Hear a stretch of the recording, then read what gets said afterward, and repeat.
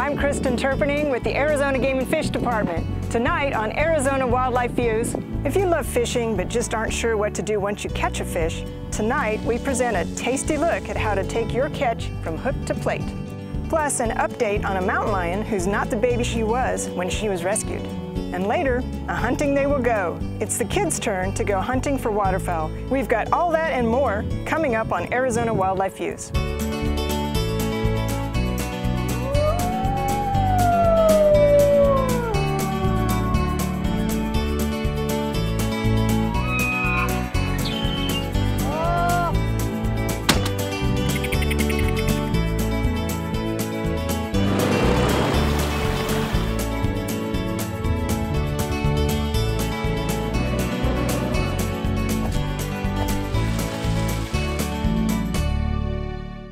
Arizona Wildlife Views is brought to you by the sale of hunting and fishing licenses and the Heritage Fund, lottery dollars working for wildlife. Some projects made possible by the Sportfish and Wildlife Restoration Fund. Arizona has been blessed with good fishing spots near and far for trout or bass or anything in between. Tonight, we take a look at how to help you make all that fishing a little more complete as we take the experience from hook to plate. Yeah, if you'd like to fish with us today, we can get everyone's name in your group. And if you want to borrow a rod, we'll put a check mark by your name.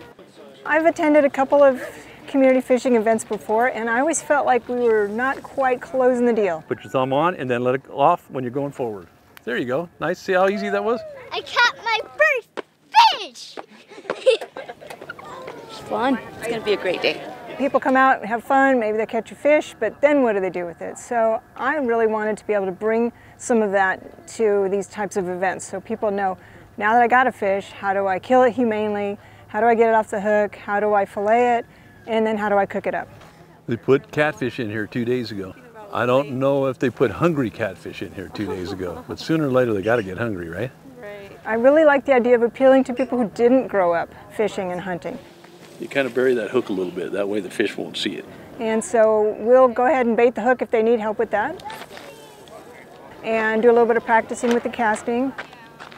And that's generally where I start. And then we're having a fish cleaning demonstration. Show people how to go about cutting up their fish for food. And there's my fillet. And then we're also having a cooking demonstration with the good folks from Say's Kitchen. I don't know if you can hear that. Smell, listen. Use all your senses when you're cooking. And it tastes fresh. It tastes different than the stuff that you buy that's frozen. Take one, and then there's forks right there. I think there's a lot of folks out there who are getting more and more interested in where exactly their food comes from, and they want to have more hands-on. It's delicious. That is good. And this is a pretty easy way to get started into that. Yeah. Thanks for having the event. You bet. Thanks for coming out.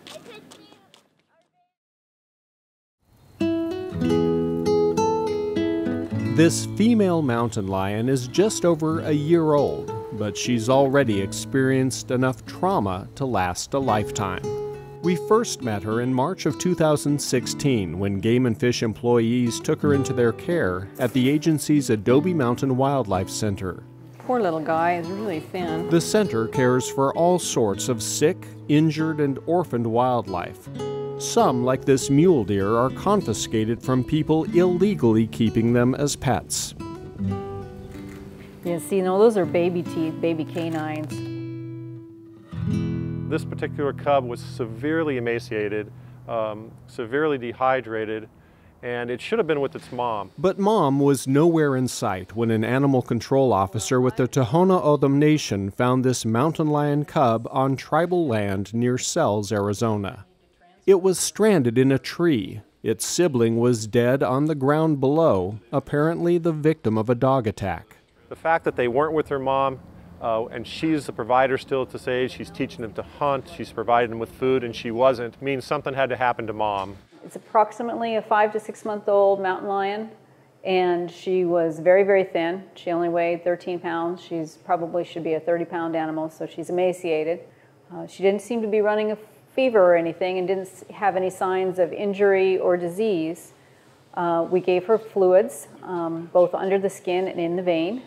Even though we've got her here and we've got her started on fluids, there's so many things that, first of all, we could not detect We are doing some blood work on her to see how bad, say, her kidneys have been damaged by not being able to get anything to drink for several days. But there's just so many things that could still go wrong or be wrong.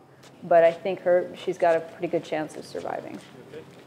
After a month of constant care, the young mountain lion's health has improved dramatically. Her weight has doubled, and she's ready to be moved to the Out of Africa Wildlife Park in Camp Verde. So ideally, we would return this mountain lion cub to the wild, but unfortunately, at 6 months old, it didn't have the skills it needed to survive. Mountain lion cubs typically spend the first year to 18 months with their mom, learning how to hunt, learning how to find water, just learning how to survive. If we would have returned this cub back to the wild, it would have died a slow death. Instead, this mountain lion they call Libby is getting a second chance. Libby has been traumatized beyond any cat that we have ever seen, actually. And so to bring her back, we sit with her every single day. We have literally thousands of hours working with her to get her to this point, and it's still quite a ways to go. 7 months after coming to Out of Africa, Libby has grown quite a bit, yet she still lives in fear. This has been her home the entire time, but today she'll be moved to a much larger enclosure. This is her new habitat. It's extensive, it's very large, and she'll have many animals to watch.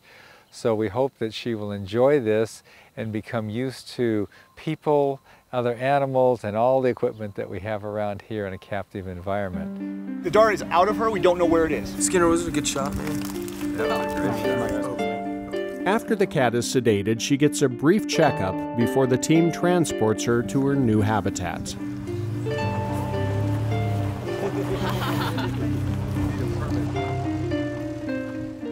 Physically, Libby is in great shape, but mentally, she has some serious emotional scars. Everything has gone very slowly with her, unlike most of the others. All the other rescues have all come much more quickly. Getting used to people was no problem whatsoever. 55. Good job. The movement into a new habitat is the idea to bring her out of the state that she's in so she feels comfortable. She's in the new den. She's coming out of her sedation, and when she does, she'll find new things to look at, a new environment. We're waiting for some breakthroughs, and maybe it's coming now.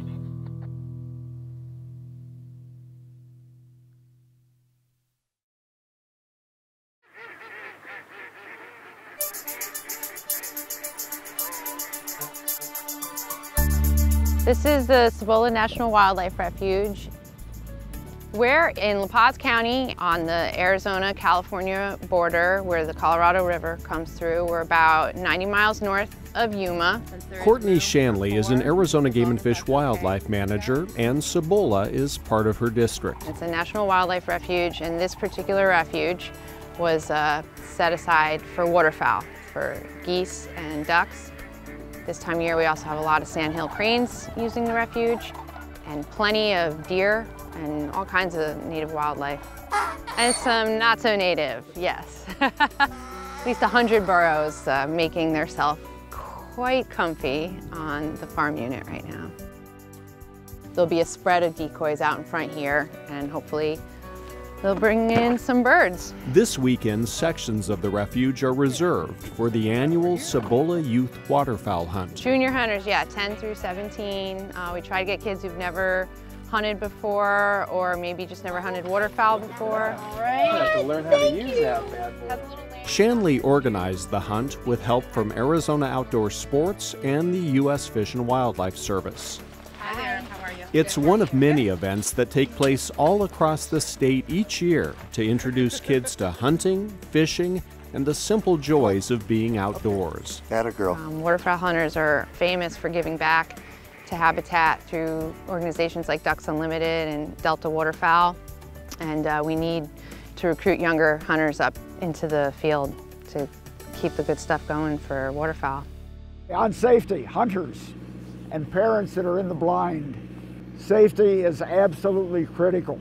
Keep your finger off the trigger until you're ready to shoot. For 2 days, the kids camp with friends and family while learning to hunt ducks and geese with experienced mentors. I have a great group of mentors, yes. the best. Well, the birds are sleeping in this morning. Yeah, they are. Andy Anderson is one of them. Today he's mentoring 12-year-old Devin Fulgham. It's her first time hunting geese, and she's sharing the experience with her dad Jeff, brother Austin, and their dog Hunter. They were all out here early, working in the dark, assembling one last batch of decoys and placing them strategically around their blind.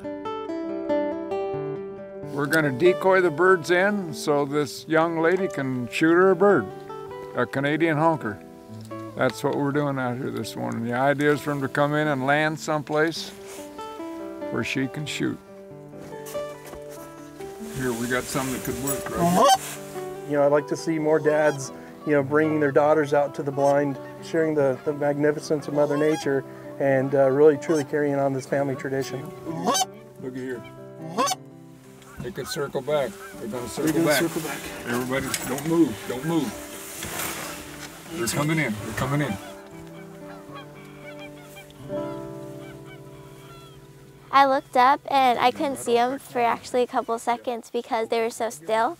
And then I saw the two wag their tails. I never exactly saw the third one. I waited until the one got in between two decoys so I could have a clear shot. And then I shot at it. It was just a really cool feeling and my heart was going so fast. I was really nervous too. Are you glad that you did it? Yeah. It's really, really fun. Just the experience, seeing all the birds fly by in the sunrise, that was really, really pretty. It wasn't about your shot on the bird this morning and the fact that we didn't harvest a bird. The fact that we got to spend time together in the blind. That's a lot of what makes hunting special. And tomorrow she gets to do it all over again. Back at camp, there are many more happy hunters. They learn how to clean the ducks and geese they harvested. Later, they get to work on their shotgun skills by busting clay targets.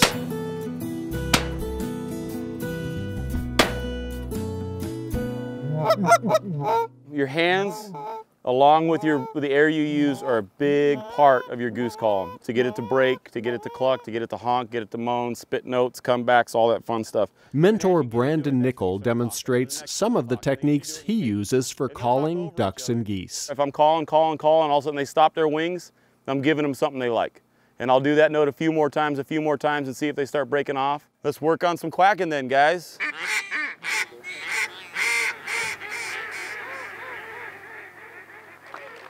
The day winds down with raffles and prizes from Bass Pro Shops and other generous donors. Then stories round the campfire give way to dreams about ducks. But sleep won't last long because waterfowl hunters get started awfully early. Levi Cooper and his mom Jennifer are sharing a duck blind with their mentor Scott Pike. My duck might sound like a little sick duck sometimes. It's a perfect morning, minus the ducks. Someone forgot to set the duck alarm for them, so they'll be here a little bit later. They're flying, just not near us. Wave at it, Levi. Bye-bye. We're gonna have duck, but it'll be duck ramaki at the restaurant. Scott tries to call them in without much success. He tries again and again. Then he changes his tune. A one, two, three, go.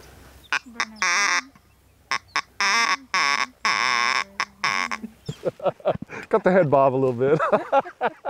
Scott's rendition of Sanford and Son did nothing for the ducks. But it filled the blind with laughter. And that's the end of our ridiculousness. Until it was time to pack up the decoys and head back to camp.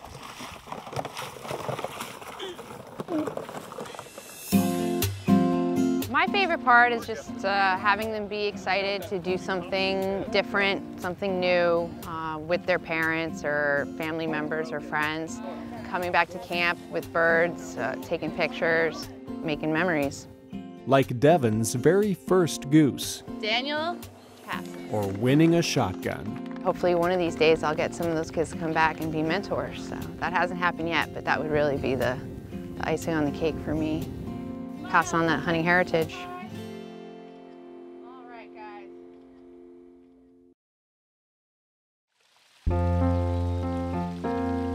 This is the scenic Boyce Thompson Arboretum State Park near Superior, Arizona.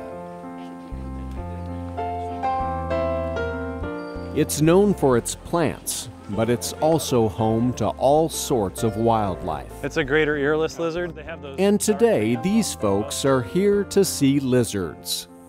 If everybody wants to come over this way, you're not going to frighten them. They're going on a lizard walk, led by Arizona Game and Fish biologist Dan Levitt. So if you see my shadow coming in closer, I'm pointing at him and he's moving up to the top of the, there he goes. And sometimes they'll play with the noose. Sometimes they'll run right through it. You got him. It won't hurt the lizard. It'll catch him around the neck, and then we can look at him up close. Thank you. So that's a very, very common lizard for Arizona, the tree lizard. You guys should start looking in the trees. There are a lot of lizards in the trees. You'll see a lot on the ground for sure, and there's probably more species and more individuals on the ground, but you'd be surprised how many you'll find in canopies. We have tree lizards, we have spiny lizards, 2 species of spiny lizards that are bigger than tree lizards, much more chunky.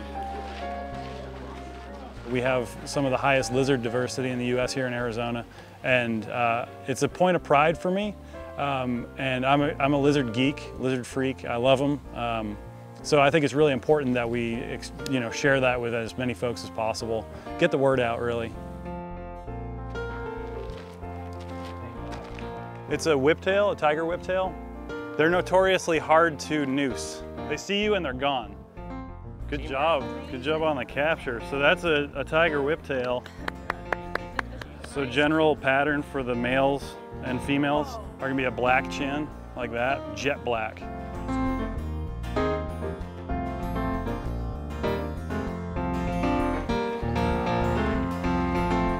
A desert spiny lizard, Scoloporus magister, if you're into the whole Latin thing. This is a female. Females do have a little bit of color on their backs, and sometimes during breeding conditions they'll turn orange, sometimes yellow. And now he's biting me, she's biting me. It's all right. You can see how long their scales are, and that's why they're called spiny lizards. Do you catch these a lot? Yeah, they're fairly easy to catch.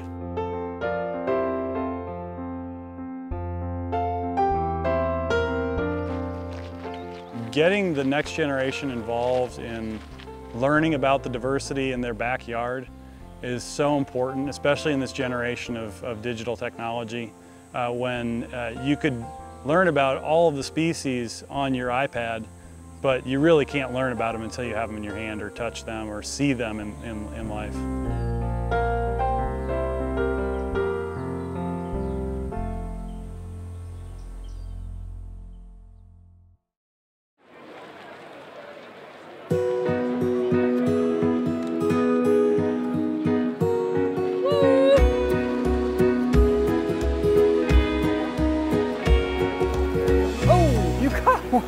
Nice job! Oh. Are you ready to catch a fish? You know what kind of fish are in there? They're called bluegill. Let's get a little bait on here. This is kind of like fish food. Yeah. You think that looks pretty tasty? If you're a fish, it certainly does. All right, let's try this again. My name's Bill Stewart. I'm out here today at the kids' fishing tank. We're at the inexperienced side of the fishing tank. Oh, nice, you were so close. Where we have kids that have never caught a fish before that are out here catching fish for the first time, and hopefully we're getting them hooked on fishing today. Nice! They're biting, they're biting. Nice, Sienna! You see the excitement in the kid reminds me of what I'm doing as a fisheries biologist. Whoa! There's about 1,300 fish in this tank, little bluegill that kids get to catch, and it's just a lot of fun. Did it fell back in? It fell back in. It's free. That's the best part of it. It's free. Pull it up, pull it up, pull it up. Yeah! Oh no! Good job. You want to touch it? Is it slimy? Nice job. Look at that. Look what you did. Look what you did. Yeah, Kyle. Nice job, buddy. Good job. Hey, give me 5. Give me 5. Nice work. Can I try again? Yeah, nice. It's so inspiring to me to watch the smile on these kids' face when they hook onto their very first fish, and I hope that it gets them hooked on fishing for the rest of their life and they can enjoy this wonderful outdoor activity. All right, want to watch him swim off? Here he goes. There he goes. Look at him. Oh, there he goes. Do I get a 5? Sienna, high five. Beckett. Oh, thank you. Thank you. Many anglers would agree that the gentle lapping of the waves and a tug on that fishing line can rid your mind of stress. So grab a pole, Arizona, and get out there and enjoy those wildlife views. See you next time.